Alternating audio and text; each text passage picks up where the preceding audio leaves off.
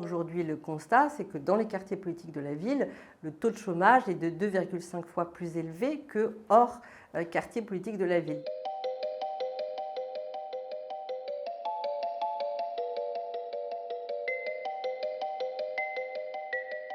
Well, a study has been conducted where applicants with a foreign sounding name have to submit 30% more applications to actually be invited to an interview.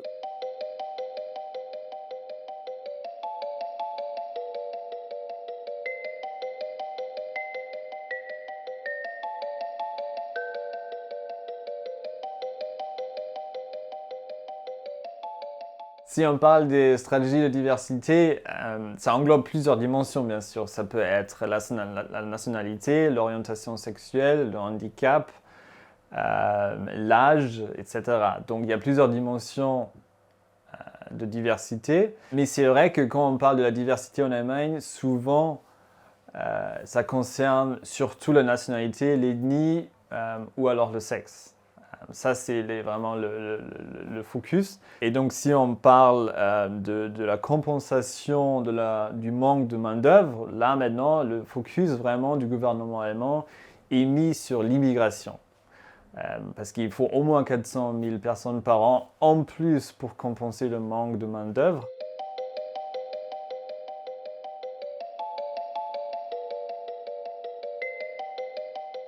C'est vrai qu'aujourd'hui, il n'existe pas forcément de consensus ou de définition autour des questions de diversité. On va évoquer bien évidemment les personnes en situation de handicap, on va évoquer l'égalité homme-femme. Pour la diversité en tant qu'origine sociale, je pense que ce n'est pas une des thématiques forcément les plus mises en avant. En partie parce qu'elle n'est pas mesurée, qu'elle est difficile à mesurer. Il n'y a pas eu de texte qui a permis de faire une mesure de l'origine sociale ou des personnes en fonction d'une origine sociale, alors qu'on a eu des textes forts et très réussis à mon sens, qui permettent d'amener les entreprises à intégrer une part de femmes supplémentaires, supérieures, notamment dans les conseils d'administration et les comités de direction. On croit toujours en France qu'il est interdit de faire des mesures ethnoculturelles dans les entreprises. Ça n'est pas interdit, c'est encadré. Il y a un certain nombre de règles qui doivent être respectées, mais ça n'est pas interdit. Donc, ce sont des choses qui peuvent se faire. Mais aujourd'hui, les entreprises le font assez peu.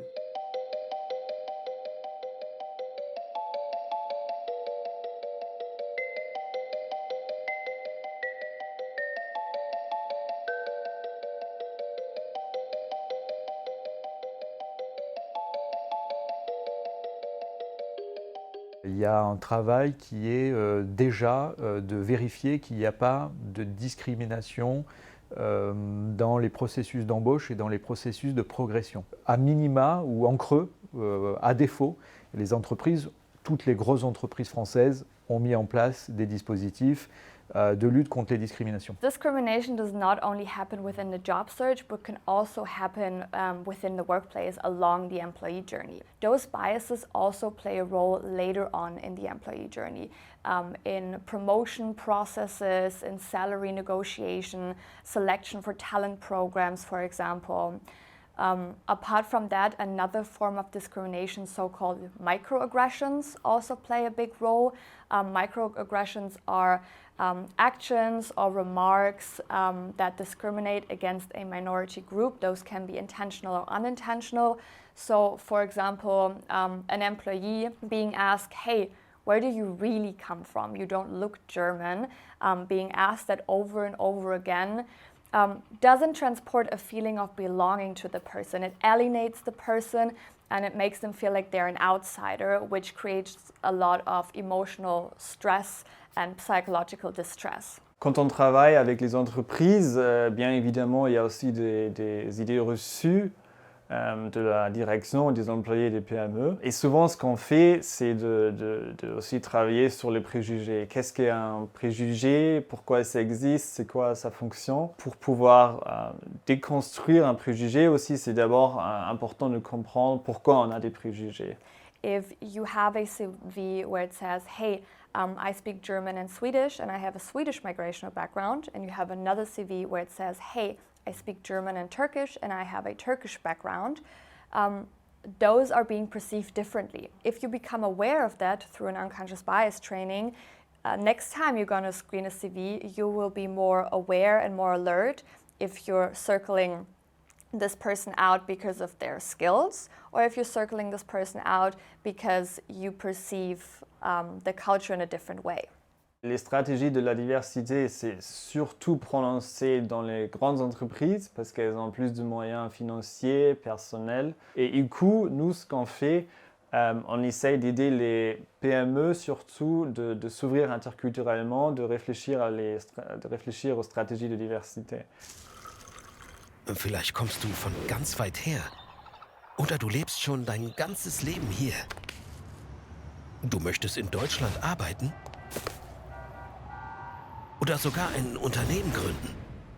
IQ, ça veut dire intégration durch Qualifizierung, donc ça veut dire l'intégration par la qualification. Le réseau IQ a deux objectifs. D'une part, c'est de faire reconnaître les diplômes acquis à l'étranger, et d'autre part, d'améliorer l'intégration des personnes issues de l'immigration en Allemagne.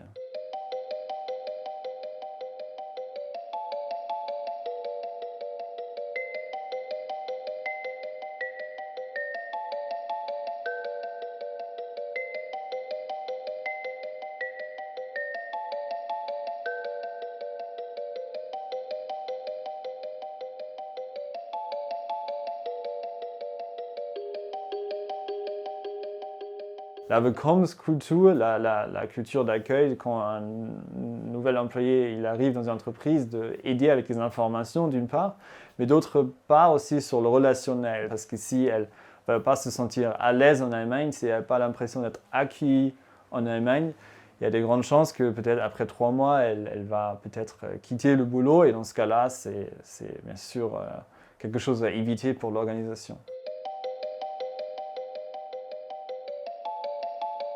Il y a eu plusieurs évolutions. À une époque, on parlait beaucoup du CV anonyme. Et puis, on a constaté que finalement, le CV anonyme crée d'autres biais que le CV non anonymisé. Ensuite, il y a eu, et notamment Mosaic a apporté cette idée de faire des CV vidéo. Et puis finalement, c'était assez complexe. Je crois que c'est notamment l'entreprise Adidas qui aujourd'hui pratique le recrutement sans CV. On constate en effet que les entreprises prennent plus en compte qu'auparavant les soft skills, compétences douces ou compétences comportementales, et notamment grâce à des tests d'évaluation de ces compétences ou de personnalité. A study conducted this year with 400 HR managers actually stated that 52% of respondents were against anonymous recruitment practices, and only 17% said that those practices are actually in place at the company. So those are very, very rare to find in Germany.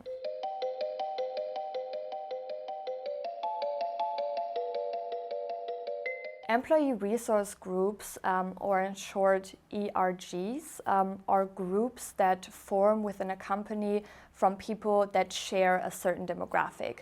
So, for example, people with migration backgrounds. Employee resource groups do not only serve as a safe space for those groups, but can also actively drive impactful initiatives. With those groups, employees that, for example, experience discrimination can speak up, and they can serve as a source of knowledge also. Initiatives that I have seen that ERGs are driving forward is, first of all, creating awareness.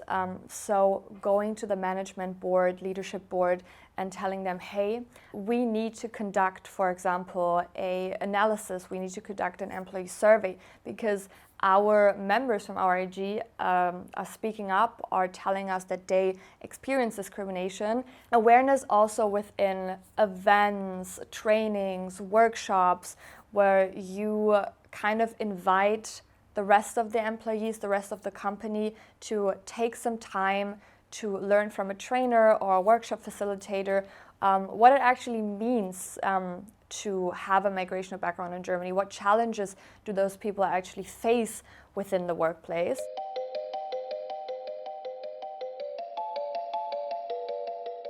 As for mentoring programs, people with migrational backgrounds do face more challenges within the workplace or face specific challenges in the workplace. So having a mentor that works as or serves as a form of guidance can help you to tackle those challenges. Preferably a mentor that is from your same demographic, that has also faced those challenges beforehand. They can tell you how they've overcome it, and they can also give you guidance on how you can overcome it and how you can develop and foster your career.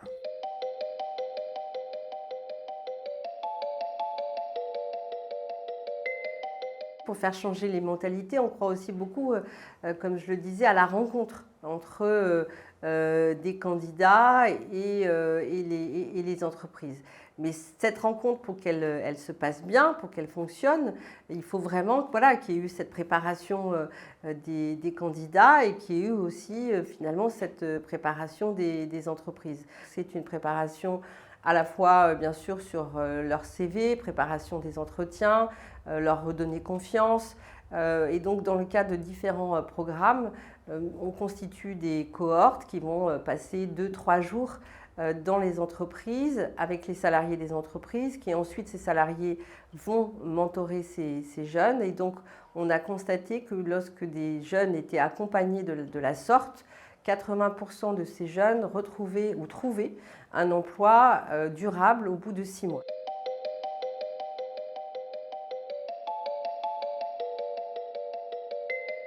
Les entreprises en Allemagne, surtout les grandes structures, elles aiment beaucoup communiquer sur leur stratégie de diversité parce qu'elles pensent pouvoir attirer plus de personnel, plus des employés. Role model campaigns can either be done externally to, for example, strengthen the employer branding, that external people can see, hey, there are people with migrational backgrounds working here. This employer actually focuses on promoting an inclusive workplace, and those people also strive within this workplace because you want to join a company where you can be sure that you can have a career here, that there's not this glass ceiling that you will never break and you can only make it up to a certain level. Quand on est dirigeant, dirigeante de haut niveau, on construit son image. On travaille son image, on prend une position dans l'espace public et on essaie de se segmenter, un peu de se différencier. Il est aujourd'hui relativement jouable et intéressant de promouvoir disons, la cause des femmes et d'être inspirant sur cette thématique. On l'a aujourd'hui un petit peu moins dans des personnes issues de la diversité, entre guillemets. Une grande partie de celles et ceux qui ont réussi à un moment donné ont plutôt envie d'être jugés ou d'être évalués sur leur performance plutôt que sur des critères extra-performance.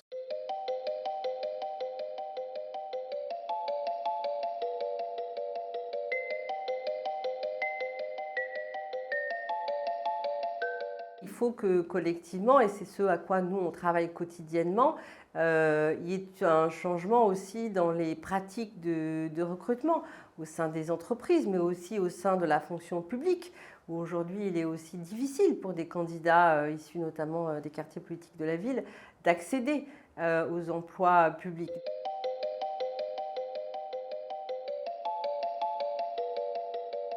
Ça pourrait être peut-être d'aider les PME financièrement pour mettre quelqu'un en place pour les stratégies de diversité. Une personne qui peut peut-être travailler 20 heures par semaine là-dessus, ce serait déjà un début, ce serait une grande aide. Si les personnes sont mieux intégrées au travail, du coup aussi la cohésion sociale de la société va normalement s'améliorer.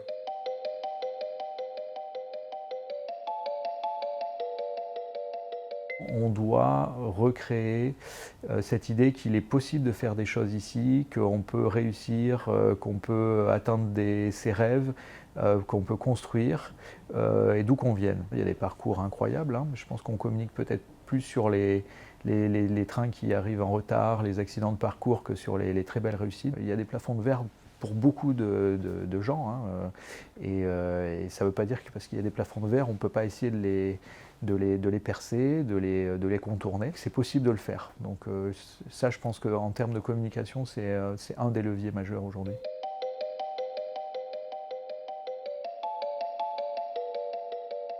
Le sommet de l'inclusion économique démontre qu'il existe aujourd'hui une mobilisation collective de tous les acteurs en faveur d'un recrutement plus inclusif, de l'inclusion économique. Donc les choses avancent.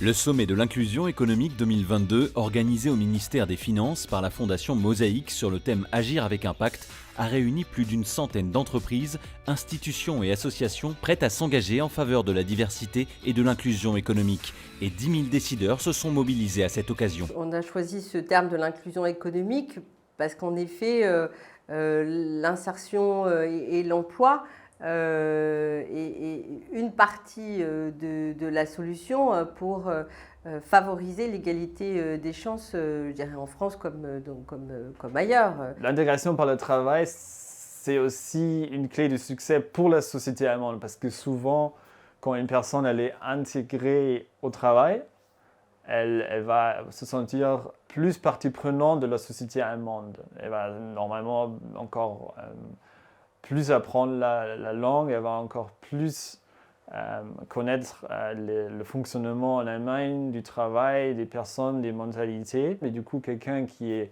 intégré dans le marché du travail a plus de chances aussi de se sentir plus à l'aise en Allemagne et d'avoir l'impression d'être partie intégrante de la société en Allemagne. On était depuis les années 70 dans l'idée qu'une entreprise, sa mission première était de faire le maximum d'argent pour les actionnaires. Depuis 5-10 ans, on pense de plus en plus que l'entreprise doit quand même tenir compte de son tissu social, de ses parties prenantes, de sa mission globale. Et on a de plus en plus de dirigeants qui vont un petit peu plus loin que ça, qui estiment qu'ils doivent prendre une responsabilité dans l'espace public, qui doivent participer à transformer la société et du coup qui intègrent le fait que le système